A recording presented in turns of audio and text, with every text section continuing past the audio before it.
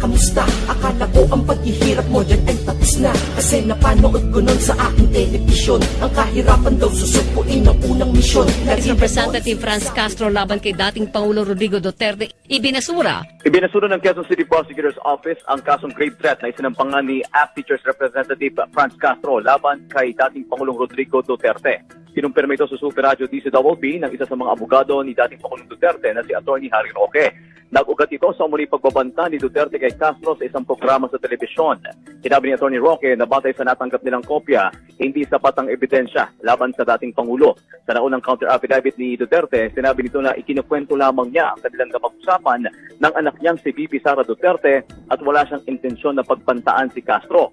Sa akin naman panayam kay Representative Castro, may pag-ugnayan pa siya sa kanyang abogado dahil wala pa siyang natatanggap na kopya mula sa QC Prosecutor's Office. I dare you, do